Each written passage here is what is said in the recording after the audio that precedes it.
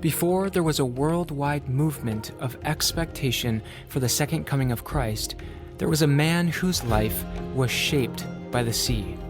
He braved tempests that could tear ships apart, crossed oceans under glorious starlit skies, and faced dangers that would send most crying for shore. He was a ship captain, a prisoner of war, and a pioneer that braved the Atlantic and Pacific, the Baltic and Mediterranean. The sea was his teacher, his enemy, and his home, but one day the compass pointed in a direction that was never expected. What began as a sailor's life of hardness, toil, and hardship became an incredible and unforgettable voyage for truth. And when discovered, it would call him to a mission far more important and audacious.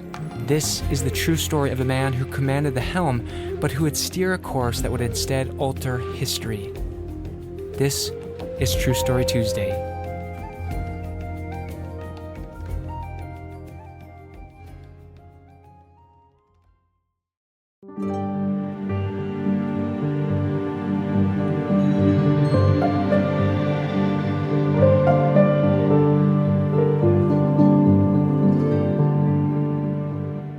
It's 1805. The small coastal town of Wareham, Massachusetts, just a few hours' ride from the noted landing place of the Pilgrim Fathers, hums with the lapping waves of the sea. Wooden ships line the harbor, their sails furled and ropes coiled, while the scent of salt and tar hangs heavy in the air. Here, among the docks, lives a boy named Joseph Bates, the son of a shipbuilder and mariner. From an early age, Joseph's world was the harbor. He watched his father carve and hammer, shaping the vessels that would brave the Atlantic. He listened to sailors' tales of storms, distant ports, and tempests that tore through the night. Each story was a spark in the boy's heart, a call to sail the horizon that he could not ignore. By the time he was just 15, Joseph was ready to leave the familiar and comforting shores of Wareham, to trade the safety of home for the unpredictable life at sea. In my schoolboy days, my most ardent desire was to become a sailor, said Bates. I used to think how gratified I should be if I could only get on board a ship that was going on a voyage of discovery round the world. I wanted to see how it looked on the opposite side. Whenever I thought of asking my father's consent to let me go to sea, my courage failed me for fear he would say no. When I would endeavor to unburden my mind to my mother, she would try to dissuade me and recommend some other occupation, till at last I was permitted to go a short trip with my uncle to Boston to cure me. But this had the opposite effect. Then they complied with my wishes. A new ship called the Fanny of New Bedford was about to sail for Europe, and he agreed with my father to take me on the voyage as a cabin boy. In June 1807, on his first voyage on the ship Fanny, Joseph Bates sailed from New Bedford to New York City en route to London, England, navigating the perilous waters of Hellgate in Long Island South. This narrow rock-bound channel was notorious for its violent rushing tides that could easily wreck careless ships. As they approached, the pilot took command, stationed the crew at their posts, and instructed strict silence so every order could be followed precisely. Joseph, relating to the experience, said, "The experienced and thorough knowledge of our pilot in guiding our gallant ship safely through that dangerous gateway, with the stillness and breathless attention of her crew, were stamped deeply in my mind. Promptness and exertion in perilous times on the ocean has, with the blessing of God, saved thousands of souls from the watery grave." On one voyage, 18 days after leaving Land's End, England, Joseph Bates' ship was stalked by a large shark. Despite attempts to lure it closer with meat and a barbed hook, the shark stayed near the stern and was a reminder of the sailors' long-held fears and superstitions about these ferocious creatures. Later that day, while climbing the main topgallant mast, Bates slipped and fell into the sea, 50 feet above the deck. Struggling against the waves and weighed down by heavy clothing, he saw the ship drifting beyond his reach. In a desperate moment, the first officer threw him a rope, which he grasped, and the crew hauled him back on deck. Bates recounted, "To the question if I was hurt, I answered, 'No.' Said another, 'Where's the shark?' I began to tremble even as they had done, while they were in anxious suspense, fearing he would grasp me every moment. The thought of the shark had never entered my mind while I was in the water. I then crossed over to the other side of the ship, and behold, he was quietly gliding along his way with us, not far from the side of the vessel, seemingly unconscious of our gaze. And we did not disturb him in any way, for the sailors and passengers were also glad the cabin boy was rescued, not only from a watery grave, but from his ferocious jaws, that they had no more disposition to trouble him. He was soon missing, and we saw him no more. But the wonder to all was how he had come to change his position to a place where he could neither see nor hear what was transpiring on the other side and stern of the ship." On another voyage, in the middle of May, aboard a ship bound from New York to Archangel, Russia, Joseph Bates and his crew sighted a fleet of massive ice islands that looked like frozen cities. These floating giants, carried by wind and current from the far north, could crush a ship in moments. A strong westerly gale drove them forward, and night fell. Dense fog covered the sea, reducing visibility to barely 10 feet. While one sailor steered, the chief mate urged the captain to stop until daylight. But the captain pressed on, confident they were past the danger. Midnight came, and suddenly a cry from the helmsman, "An island of ice!" The ship struck the ice violently. Joseph was thrown across the forecastle, barely catching himself with the help of a fellow sailor. "We placed our arms around each other's necks and gave up to die," said Bates. The vessel groaned and cracked under the icy assault, while above cries for God's mercy pierced through the chaos. But finally, the scuttle was opened, and Joseph and his companion, once trapped below, scrambled onto the deck. Before them, the bow was crushed, square sail strained, waves pounding mercilessly. The crew worked frantically, the captain and mates praying for deliverance. But then the pump began to work.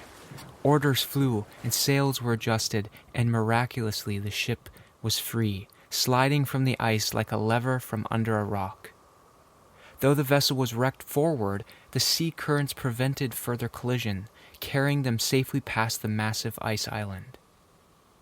14 tense days later, battered but alive, they reached the River Shannon in Ireland to refit for the remainder of the voyage. A narrow, nail-biting experience, and God again had made a way of escape.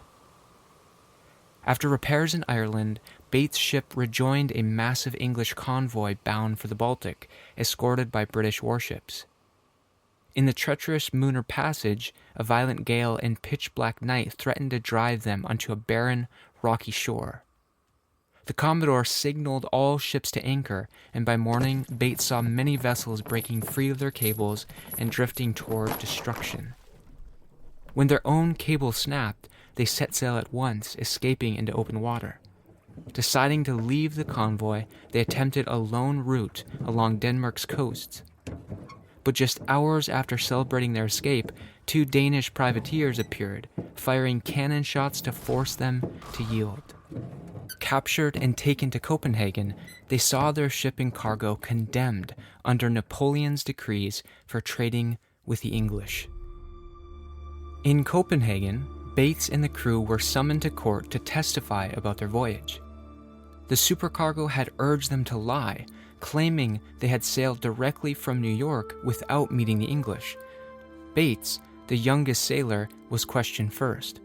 A judge warned him that a nearby box contained a device to cut off the forefingers and thumb of anyone who lied under oath.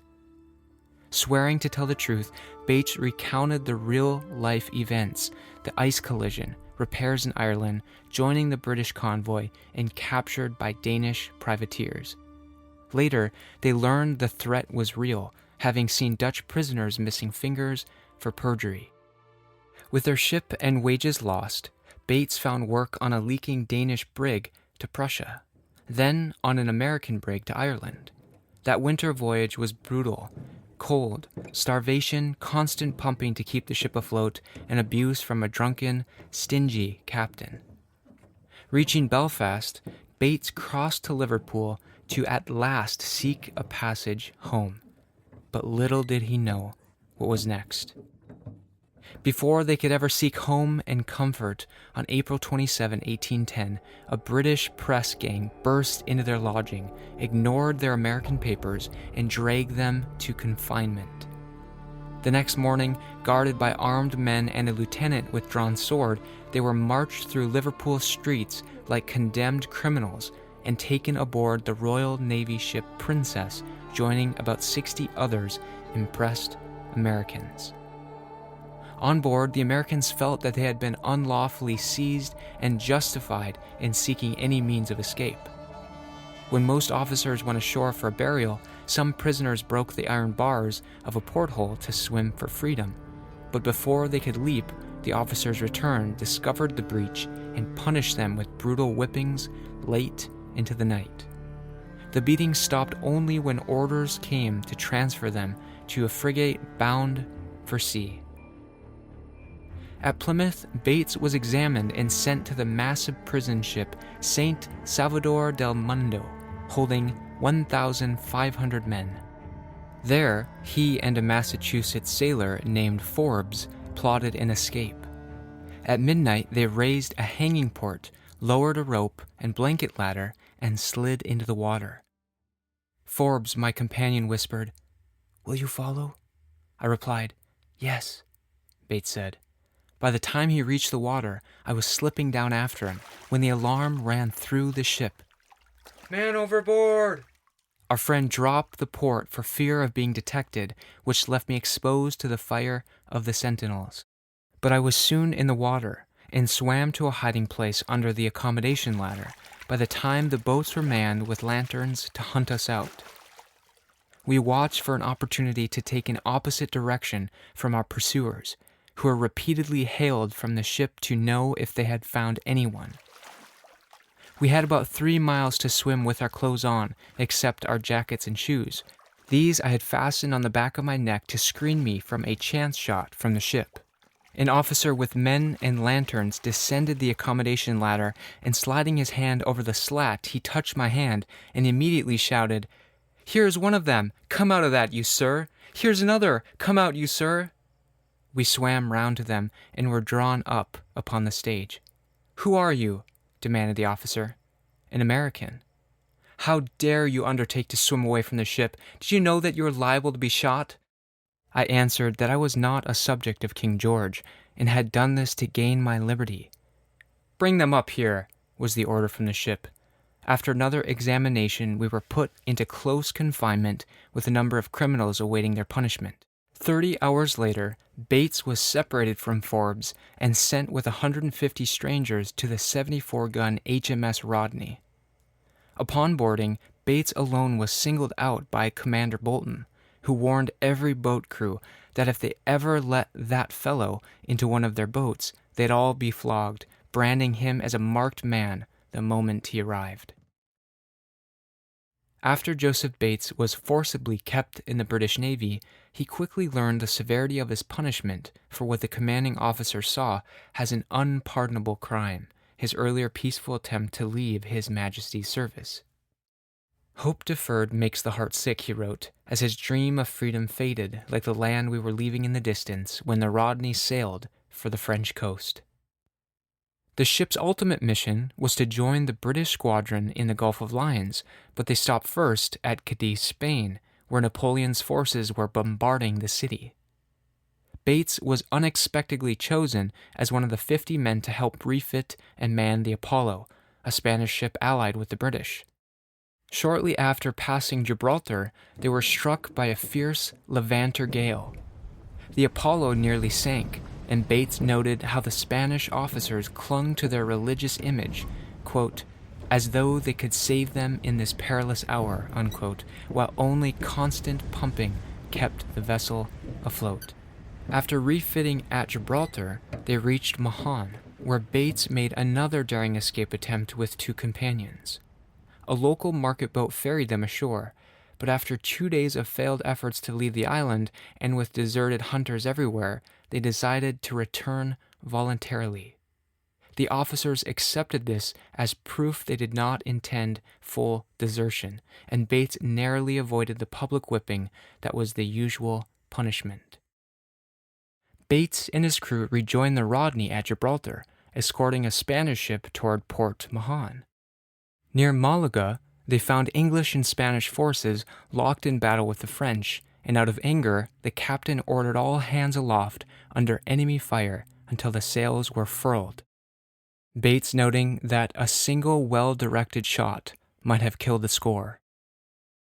After fierce fighting and rescuing drowning soldiers, they sailed on, only to be struck by another sudden levanter. While the Rodney survived, their Spanish consort was smashed to pieces on Sardinia's rocks, with nearly all hands lost. They then joined a 30-ship British blockade against the French fleet at Toulon, occasionally skirmishing but never engaging in full battle. In rare leisure hours, each group of 10 men shared just 2 books, a biography of Lord Nelson meant to stir courage, and a Church of England prayer book for brief Sunday devotions. On the Rodney, religion was not optional. When Sunday came, the order rang out, calling all hands to church, take your prayer books with you, and any sailor reluctant to go risked a rope across his back. When Bates identified himself as a Presbyterian, he was told flatly, only one denomination here. Away with you to church. Officers unbuckled swords for the hour's service, only to strap them on immediately after, returning the floating Bethel to a warship. Bates saw the hypocrisy.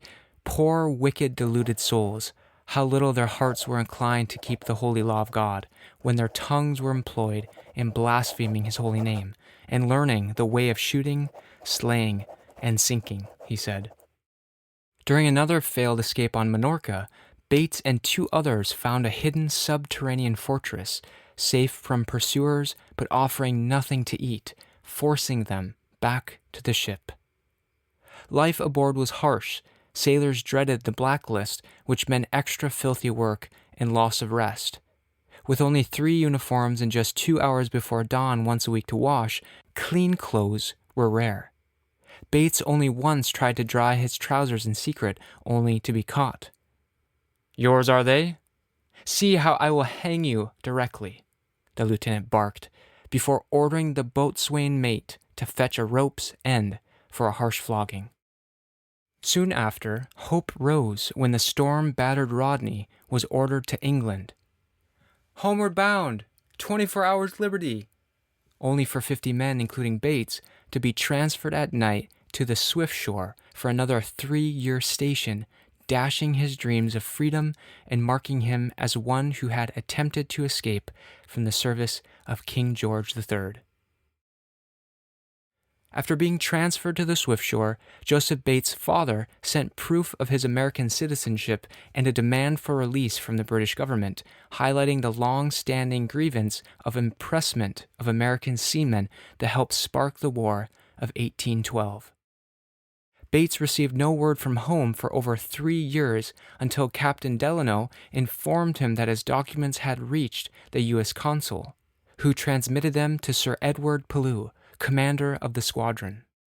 Despite this, uncertainty lingered for months, and with war declared between the U.S. and Britain, Bates and other Americans on board petitioned to avoid fighting against their country.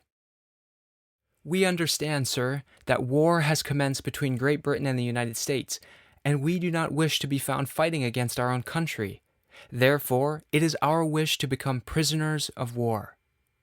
The Americans were segregated from their crew, their rations reduced, and over 8 months they were held as prisoners of war, frequently pressured to join the British Navy, which Bates steadfastly refused, even as the fleet prepared to pursue the French. I alone refuse to aid or assist in any way whatever, if being unjustifiable, except when forced to do so, said Bates. While reading the life of Nelson, Bates was violently confronted by the first lieutenant for refusing to carry another's hammock. "I shall not do it, sir. I am a prisoner of war, and hope you will treat me as such." Threatened with being lashed for the French to fire at and placed in irons, Bates stood firm, insisting on his rights as a prisoner, and the lieutenant eventually released him, fearing that his abusive conduct would be reported. After 8 months as a prisoner of war, Bates and other Americans were sent to Gibraltar and then England, crowded on the old Hulk Crown, Princeton, under harsh conditions and with scanty rations. When the prisoners refused to accept reduced allowances, they staged a dramatic protest, using torchlights, a battering ram, and tin cans as drums.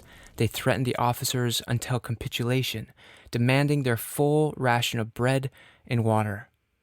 Ultimately, the commander relented, and Bates described the moment of victory. "On most amicable terms of peace with all our keepers, we ate and drank, laughed and shouted immoderately over our great feast and vanquished foe." Bates and his fellow prisoners spent over a month cutting a hidden hole in the ship's deck to escape, coordinating their efforts with distractions like singing and pretend drinking. "By working the poker through the copper, we learned to our joy that it came out beneath the stage where the soldier stood," said Bates. Inspired by the daring escape of a fellow prisoner, 18 men slipped through the hole undetected, and the committee prepared for another attempt. The prisoners were greatly elated at the last night's successful movement and took measures to keep the hole undiscovered for another attempt, said Bates. One man, Johnson, nearly drowned and was severely injured. The British scrambled to plug the hole, but prisoners quickly prepared another.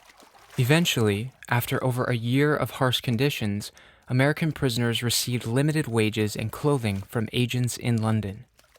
In 1814, they were sent to Dartmoor Prison, a bleak fortress with stone walls and strict guards.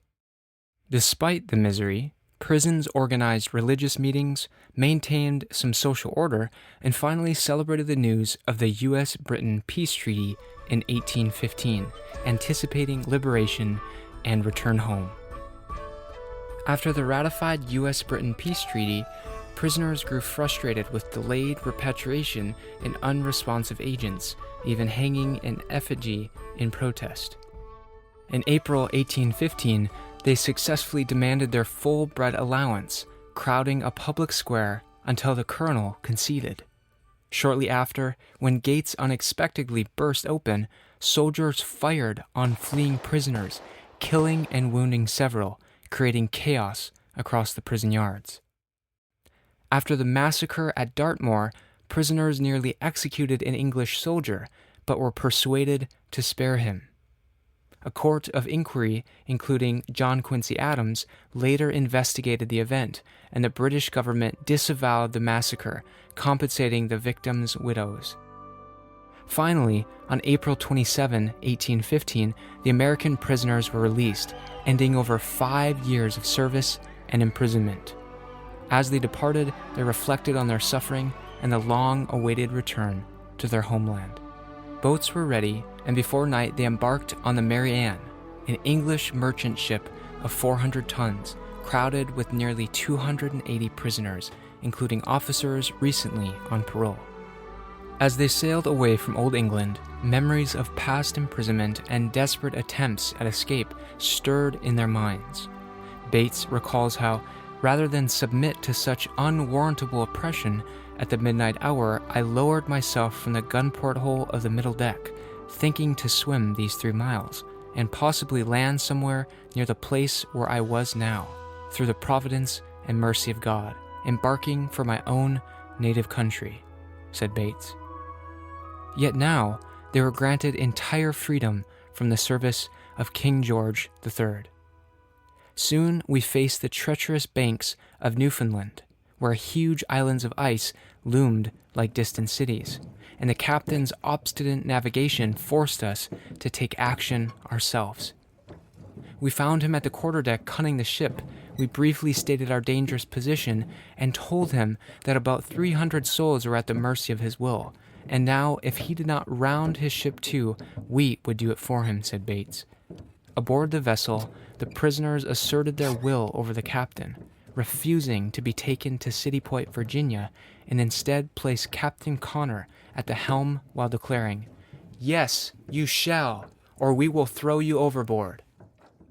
Along the voyage, the sight of an American ship flying the Stars and Stripes lifted their spirits, and finally, after 6 long weeks at sea, they approached the coast of the native land. Taking a fishing smack to guide them through Long Island South, we arrived at New London, Connecticut, where Bates reflected with relief and joy. He said, "It seemed almost too much to believe that we were actually on our own native soil once more as free men, free from British warships and their gloomy, dismal prisons."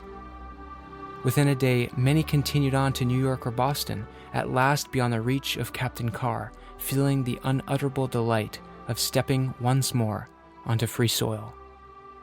After 6 years and 3 months of imprisonment and naval hardship, he finally returned to Fairhaven, Massachusetts in June 1815. Bates recalled the indescribable pleasure of being at my parental home, surrounded by my mother, brothers, sisters, and friends, all overjoyed to see me once more. Tears flowed as he recounted his sufferings, for which he had nothing to show but a few old worn garments and a little canvas bag, except my experience. His father, worried he might return like other drunken man-o'-war sailors, was relieved when he explained, "I became disgusted with the intemperate habits of the people I was associated with. I have no particular desire for strong drink," which brought relief to the worries of his father. The voyages of Joseph Bates continued through hurricanes near Martinico, where 100 vessels were dashed in pieces and sunk with their crews and their moorings. Through his saving mercy and providential care, we were hurried out of the harbor just in time to be left still numbered among the living, said Bates. On another voyage, the surreal moment when his captain gave orders in his sleep prompted him to exclaim, "Captain Hitch, you're asleep!" Despite constant dangers from drifting ice to violent storms, he survived and returned home safely. In February 1818, Joseph Bates married Miss Prudence M. Nye, the daughter of Captain Obed Nye. But soon after, Bates set sail once again, God's mercy and providence shielding them from danger and tempest. After 14 months in the Pacific, Joseph Bates prepared to return home aboard the Candace with Captain F. Bertotti. As the ship weighed anchor, he described the thrill. "New life, with energy and strength, seems to actuate all on board. We are homeward bound." Before departure, Bates and the captain discarded tobacco, beginning a personal journey of self-mastery over habits and vice. He resolved to abandon tobacco, distilled spirits, and profane language. Reflecting, he said, "Step by step, I had gained this victory. How much more like a human I felt when I had gained the mastery in these things." During the voyage, he dedicated himself to reading the Bible, studying on Sundays, and rebuilding a Christian character, striving to live in the path his parents had set for him, despite years of waywardness. After a brief homestay, Bates embarked on yet another journey aboard the newly launched brig Empress, bound first for Rio de Janeiro, reflecting on his new responsibilities as part owner and merchant. Resolving to abstain from all alcohol, he prepared for the voyage with books, discovering a pocket New Testament placed by his wife. Among its pages was a poignant poem by Mrs. Hemans. "Leaves have their time to fall, and flowers to wither at the north wind's breath, and stars to set but all. Thou hast all seasons for thine own, O death. Day is for mortal care, eve for glad meetings round the joyous hearth, night for the dreams of sleep, the voice of prayer, but all for thee, thou mightiest of the earth. May look like things too glorious for decay, and smile at thee, but thou art not of those. that wait the ripened bloom to seize their prey. We know when moon shall wane, when summer birds from far shall cross the sea, when autumn's hue shall tinge the golden grain, but who shall teach us when to look for thee? Is it when spring's first gale comes forth to whisper where the violets lie? Is it when roses in our path grow pale? They have one season, all are ours to die. Thou art where billows foam, thou art where music melts upon the air. Thou art around us in our peaceful home, and the world calls us forth, and thou art there. This set a new chapter of reflection, discipline, and moral growth as he set sail once more into the world. The lines just mentioned did arrest my attention. I read them again and again. My interest for reading novels and romances ceased from that hour. Among the many books, I selected Doddridge's Rise and Progress of Religion in the Soul. This and the Bible now interested me more than all other books, recounted Bates. Christopher Christofferson of Norway, one of my crew, was taken down sick soon after our departure from Cape Henry. Nothing in our medicine chest availed to relieve him. His case appeared more and more doubtful. The first verse of the Hour of Death, particularly the fourth line, was almost continually in my mind. Thou hast all seasons for thine own, O death. I longed to be a Christian, but the pride of my heart and the vain allurements of the wicked world still held me with a mighty grasp. I suffered intensely in my mind before I decided to pray. It seemed as though I had delayed this work too long. I was also afraid that my officers and men would learn that I was under conviction. Bates continues to write, furthermore, I had no secret place to pray. When I looked back on some of the incidents in my past life, how God had interposed his arm to save me when death was staring me in the face again and again, and how soon I had forgotten all his mercies, I felt then I must yield.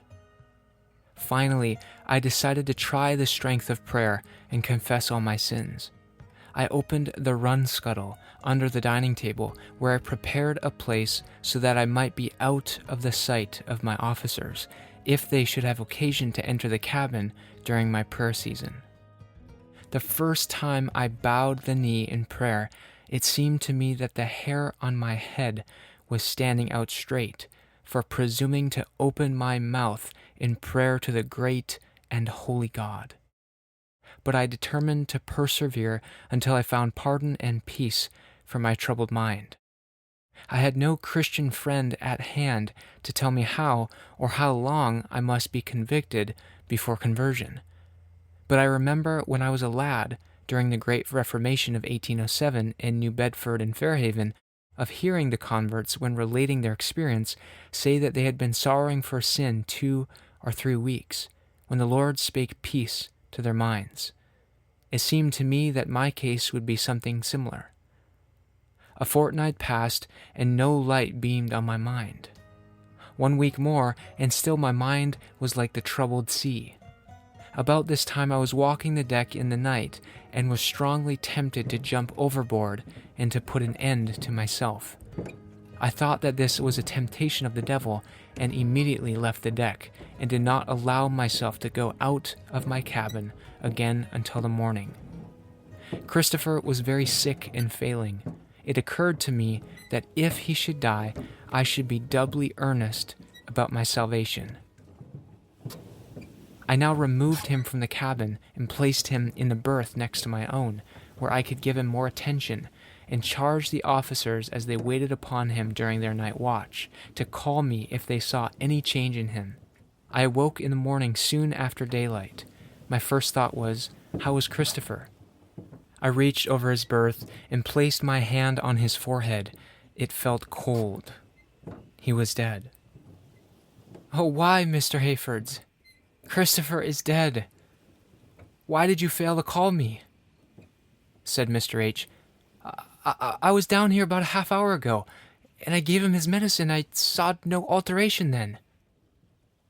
Poor Christopher was now laid out on the quarterdeck, and finally sewed up in a hammock with a heavy bag of sand in his feet.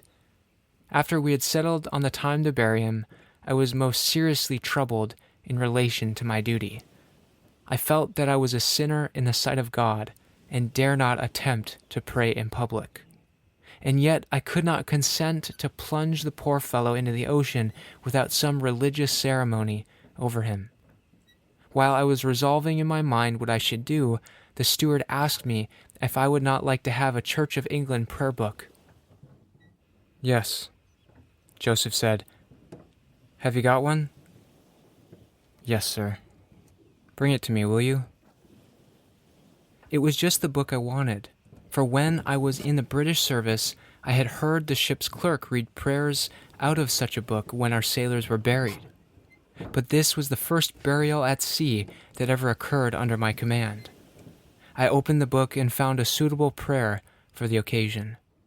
A plank was prepared and one end over the side of the vessel, on which his body was laid with his feet toward the sea, so that by raising the other end of the plank, the body would slide into the ocean feet foremost. All but the helmsmen stood around poor Christopher to take their final leave of him and commit his body to the deep as soon as the order should be given.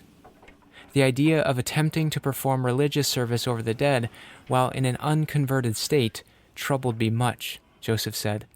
I had requested the chief mate to call me when he had made the preparation and retired below. When the officer reported all ready, I came up trembling, with the book open in my hand. The crew respectfully uncovered their heads. As I began to read, my voice faltered, and I was so unmanned I found it difficult to read distinctly. I felt indeed that I was a sinner before God.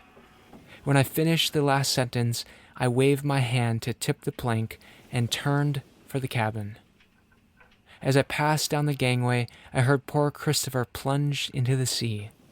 I passed down into my praying place and vented my feelings in prayer for the forgiveness of all my sins and those of the poor fellow that was sinking lower and lower beneath the rolling waves. This was the 30th of September, 26 days from the Capes of Virginia. From thence I felt a sinking into the will of God, resolving henceforward to renounce the unfruitful works of the enemy and seek carefully for eternal life. I believe now that all my sins were forgiven about that time. Then I also made the following covenant with God, which I found in Doddridge's Rise and Progress of Religion in the Soul. Eternal and ever-blessed God, I desire to present myself before Thee with the deepest humiliation and abasement of soul.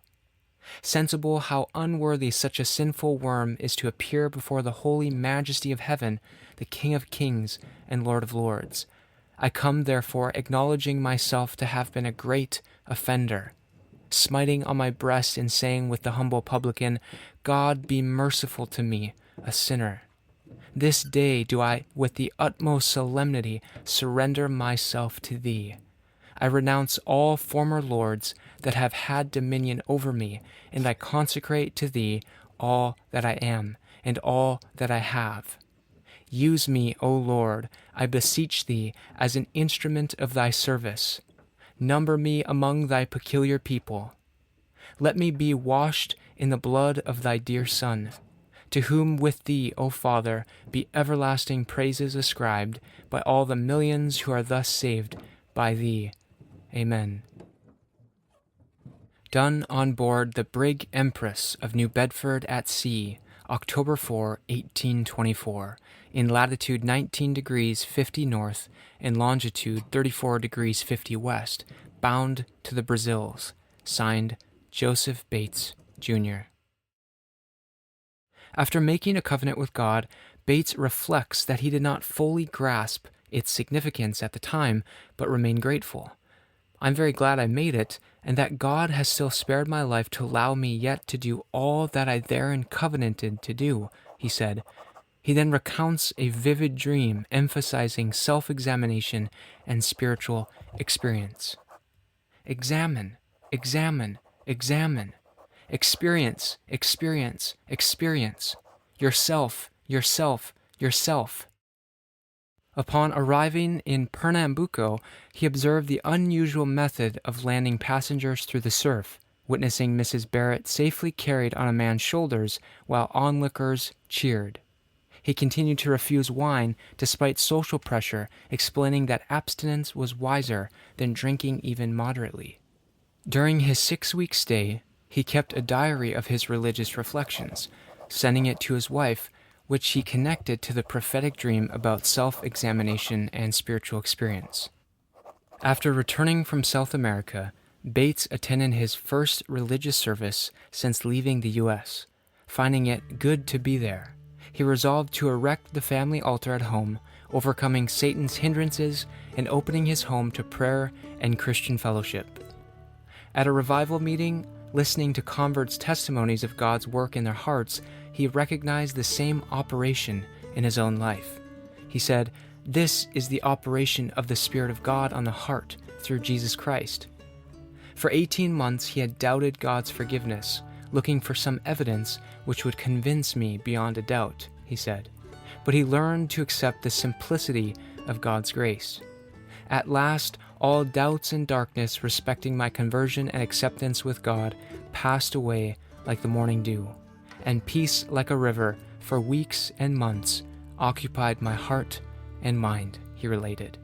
He can now echo the apostle, "We know that we have passed from death unto life, because we love the brethren. Old things are passed away. Behold, all things are become new." In the spring of 1827, during a revival in Fairhaven, Bates wrestled with joining a denomination, struggling with doctrinal issues. He resolved through prayer and scripture, declaring, "Lord, I will. I must be immersed, buried with Christ in baptism," and was baptized into the Christian church. That same day, he helped establish the Fairhaven Temperance Society, aiming to curb intemperance. Elder G praised the effort. "Why, Captain Bates, this is just what I've been wanting to see." The society pledged total abstinence from intoxicating drinks, inspiring other communities and the Cold Water Army of children. Later, commanding a vessel departing New Bedford on August 9, 1827, he enforced rules of order, piety, and sobriety, instituting morning and evening prayers, a shipboard reading program, and Sunday observance. After 47 days, they safely reached Paribas and continued to Bahia, overcoming a brief encounter with a Buenos Aires privateer. The voyage reflected his commitment to faith, discipline, and moral influence both ashore and at sea. During the homeward voyage, the crew showed spiritual growth, with several men professing conversion. Despite a heavy gale, they arrived safely in New York, where Bates learned of his father's recent death. He aided a destitute young man by returning him home and noted the crew's preference to continue service on the Empress. The voyage demonstrated the success of temperance at sea, showing sailors could be morally reformed, and inspired the continuation of alcohol-free voyages under his brother's command. This would be one of his final voyages at sea.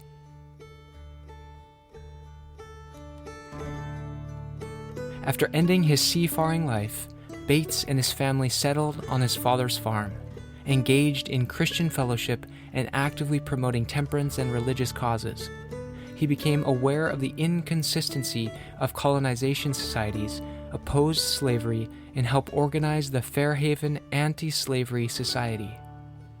During this period, he also witnessed the spectacular meteor shower of November 13, 1833, a phenomenon widely reported and described as unprecedented in its scale and brilliance.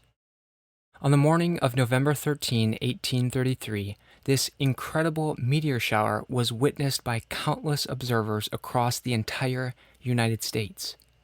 Henry Dana Ward, writing in the New York Journal of Commerce on November 15, 1833, recounts, "We asked the watchman how long this had been. He said, about 4 o'clock it was the thickest. We gazed until the rising sun put out the lesser falling stars with the lesser fixed stars. and until the morning star stood alone in the cast to introduce the bright orb of the day. I kept my eyes fixed on the morning star. I thought while that stood firm we were safe, but I feared every moment that it should go and all would go with it.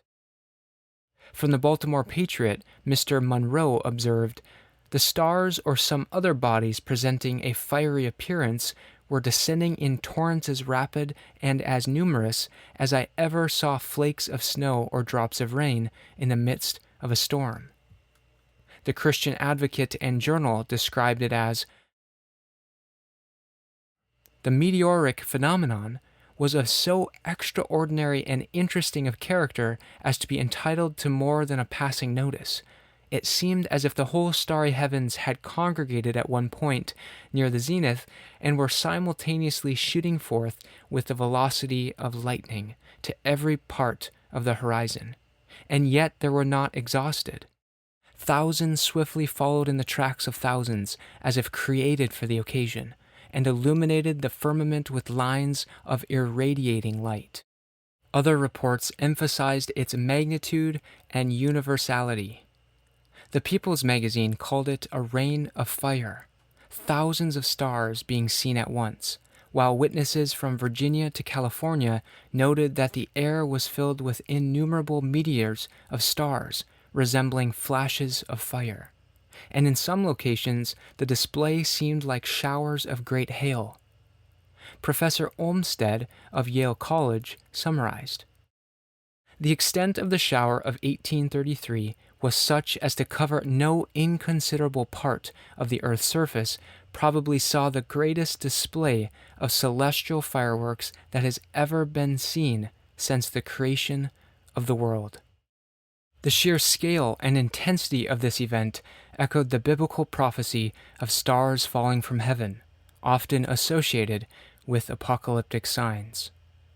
Revelation 6 verse 13 speaks of stars falling to the earth as part of the opening of the sixth seal, and Matthew 24 describes the stars falling from heaven at the coming of the Son of Man.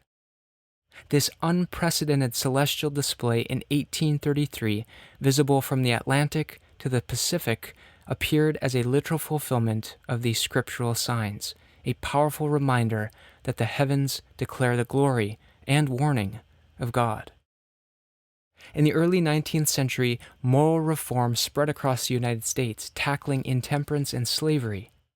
Observers felt that some unseen agency was assisting those who were struggling to help stay the tide of intemperance and slavery, which would demoralize and debase us below the moral standard of all the civilized nations of the earth. Yet progress was uneven. Some ministers defended slavery and rum, while others waiting to see what friends would do. Still, reform and peace societies multiplied, aiming even to resolve disputes through a Congress of Nations. Amid this, Bates focused on personal projects, cultivating mulberry trees and planning a manual labor school, carefully preparing before entering the silk business. "I was endeavoring to raise my trees first," he said, designing, if I lived, to attend to that business only. In 1839, he attended a lecture by Elder R. on the second coming of Christ. Skeptical at first, he admitted, "That is the truth," after hearing the scripture-based arguments. Soon, he studied William Miller's lectures, learning that the prophetic periods in Daniel pointed to Christ's return around 1843. Miller's preaching gained wide attention, and Elder Joshua V. Himes began publishing Signs of the Times, starting with a single silver dollar. "With this $1, we commence to publish the Signs of the Times," he said. The impact in New England was profound. Elder Millard described hundreds flocking for prayer. Between 500 to 700 conversions for weeks together, the ringing of bells rendered our town like a continual Sabbath. Elder L.D. Fleming observed, "Before the edge of this mighty weapon, infidelity falls and universalism withers. Nearest like apostolic revivals of anything modern times have witnessed," he said. Even skeptics acknowledged Miller's influence, noting, "Facts speak too plainly on this subject not to be credited." Through his study and preaching, Miller awakened hearts to the urgent reality of Christ's return, sparking both moral and spiritual revival across the region.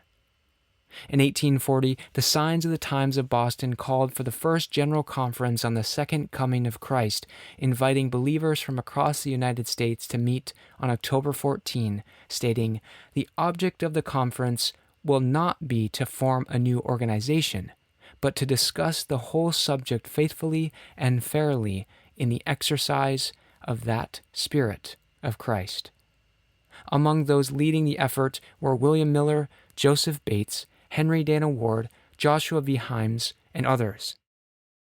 The conference convened at Chardon Street Chapel, Boston, with attendees from many denominations, and about 200 communicants partook in the Lord's Supper. The Spirit of the Lord was said to pervade the gathering, culminating in the singing of the hymn, "When Thou, my righteous Judge, shall come," and a pamphlet of 150 pages was circulated widely, spreading knowledge of the Second Advent in the United States and abroad. Joshua V. Himes, though initially uncertain of the 1843 date, embraced the work with zeal, gathering and publishing all available insight on the subject to awaken others to the Savior's imminent return. Bates, previously occupied supervising repairs to the New Bedford Bridge, ensured he could attend the historic meeting, despite the demanding work of clearing stones from the harbor using a diving bell. Following the conference, Miller's preaching continued to draw crowds. In Fairhaven and New Bedford, Massachusetts, houses were filled with attentive listeners, including many ministers and members of the local elite. Miller engaged ministers directly, examining the prophecy of Daniel and encouraging them to teach the doctrine if they found it scripturally sound. The discussions included debates over the little horn of the fourth kingdom in Daniel 7 and 8, with Miller maintaining it represented Rome, not Antiochus Epiphanes, a view later affirmed by Jan Andrews using scripture. This power was to stand up against the Prince of Princes. Antiochus died 164 years before our Lord was born, he said. The movement continued to gain momentum, with the Second General Conference held in Lowell, Massachusetts, June 15 through 17, 1841. Josiah Litch presented his detailed exposition of Revelation 9, predicting the fall of the Ottoman Empire at the close of the prophetic period, which was verified by official accounts ending on August 11, 1840. And the second woe was past, and behold, the third woe cometh quickly, he proclaimed, stirring deep excitement among believers and giving a powerful impulse to the Advent movement across the nation. Following the Lowell Conference, Josiah Litch and eyewitness accounts confirm that the fall of the Ottoman Empire on August 11, 1840 fulfilled Revelation 9, 13 through 15, marking the end of the second woe and signaling the urgent need to proclaim the gospel of Christ's imminent return. The October 1840 Boston Conference issued a statement spreading these views, launching a movement that continued until 1844.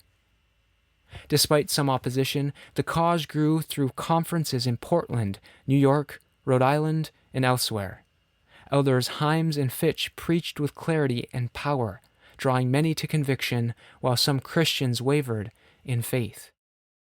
Believers focused fully on Advent work, including creating pictorial 43 charts of prophecy to help others understand the timeline.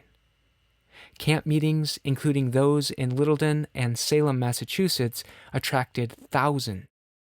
Preaching, prayers, conversions, baptisms, and hymn singing marked these gatherings, and the excitement spread to nearby towns. And by 1842, Second Advent publications had reached every continent, fulfilling Revelation 14, 6 through 7, and stirring the nations with a powerful call to prepare for Christ's return. As Second Advent meetings spread, opposition to Miller grew, yet he persevered.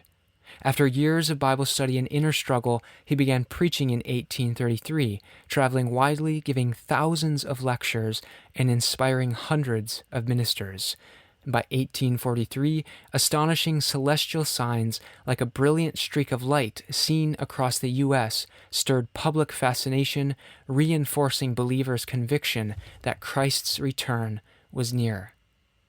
In 1843, Millerites set the date for Christ's return between March 1843 and March 1844, and began a series of urgent preaching tours. Despite danger, opposition, and skepticism, especially in southern slaveholding states, Joseph Bates and companions traveled widely, holding meetings in taverns and private homes. Their boldness and clear biblical teaching drew large crowds, converted many, including skeptical lawyers, teachers, and slaves, and spread the Advent message despite threats and resistance.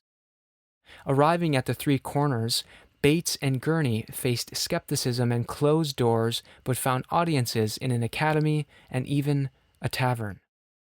Their Advent message drew crowds including slaves and curious locals, and converted influential Universalists. From there, they held meetings in Elktown and traveled through Massachusetts and Rhode Island, spreading the Advent message widely. But when Christ did not appear at the appointed time believed, they faced a deep disappointment. However, they were encouraged by Habakkuk 2, verses 2 through 3, which stated that the vision was still valid and God's command was to wait, a test of faith that kept them steadfast despite opposition and despair, and this would come to be known as the Great Disappointment. After the 1844 Great Disappointment, Advent believers re-examined the 2300 days of Daniel chapter 8 and confirmed their calculations were indeed correct. The midnight cry at the Exeter camp meeting revealed new light. The time had indeed ended, but the event, the cleansing of the heavenly sanctuary, not Christ's physical return, had been misunderstood. This led to the study of the three angels' messages of Revelation chapter 14, emphasizing the fall of Babylon, a warning against false worship, and the importance of God's commandments, particularly the seventh-day Sabbath. Those who embraced this truth began observing the Sabbath, laying the foundation for the modern Seventh-day Adventist movement. Despite initial opposition and struggle, the message spread steadily through preaching, publishing, and missionary work, culminating in the establishment of the Battle Creek Publishing House and continual worldwide outreach, all aimed at preparing God's people for Christ's second coming. Bates wrote, Babylon indicated the moral fall from the favor of God of the nominal churches, which rejected the light from heaven, and shut out from their places of worship and from their hearts the doctrine of the Advent, because they had no love for it and did not desire it to be true. The first and second messages being given, attention was now turned to the third, and an examination as to its nature and claims was instituted. As before remarked, it contains a most solemn warning against the worship of the beast and his image, and presents to notice the commandments of God and the faith of Jesus. By the expression commandments of God, we understand the moral law of 10 commandments, which has been recognized by the Church in all ages as binding upon mankind, and containing those moral precepts which regulate our duty to God and to our fellow men. This being made the burden of a special message just before the coming of Christ, coupled with such a solemn warning, renders it apparent that the Church must be remiss in the matter, and that some gross error in regard to the commandments of God must lie at their door. A careful examination of the practice of the Church reveals the fact that the fourth commandment is not observed, as it enjoins the seventh day of the week as the Sabbath, while almost all the world have been keeping the first day. Hence, the necessity of a reform in this matter. Before Christ comes, his people must observe all of God's commandments, and thus be prepared for translation. Bates said that an investigation of the Sabbath revealed that God sanctified the seventh day from creation, commanded its observance, and never transferred its sanctity to the first day. Jesus, his disciples, and the apostles observed it, and the New Testament consistently recognizes the seventh day as the Sabbath. Historical records show that the early church kept it until Sunday observance arose under pagan influence, formalized by Constantine in AD 321, and later enforced by the Roman Catholic Church. Protestants retained Sunday observance in part, showing the persistence of human traditions. Recognizing these truths, Advent believers embraced the third angel's message, accepting the seventh-day Sabbath and incorporating it into their preparation for Christ's return. Though initially obscure and opposed, the movement steadily grew under God's blessing, spreading across New England, the Western states, and Canada. Joseph Bates, now observing the Sabbath, continued to relate Advent teachings that were promoted through preaching, personal ministry, and publications. The work was further strengthened by other pioneers like James White, leading to the establishment of the Seventh-day Adventist Publishing Association in Battle Creek, Michigan, which produces periodicals, books, and tracts to support the message. Bates went on to write, "I desire to express my gratitude to God that I am permitted to bear a humble part in this great work. And while my past life has been a checkered and eventful one, it is my earnest desire to spend the remainder of my days in the service of God and for the advancement of His truth, that I may have a place in His soon-coming kingdom, and that the reader and writer may meet in that happy abode is my most earnest prayer." Joseph Bates was a fearless sailor, a disciplined captain, and a devoted pioneer of God's truth. From the seas to the pulpit, he brought courage, conviction, and a tireless energy to the Advent movement. He helped clarify prophecy, guide believers through 1844, and was influential in bringing the Seventh-day Sabbath to Advent believers, helping to lay the foundation for the Seventh-day Adventist Church. His life stands as a powerful example of faith in action, a man who navigated both storms and spiritual challenges with unwavering dedication.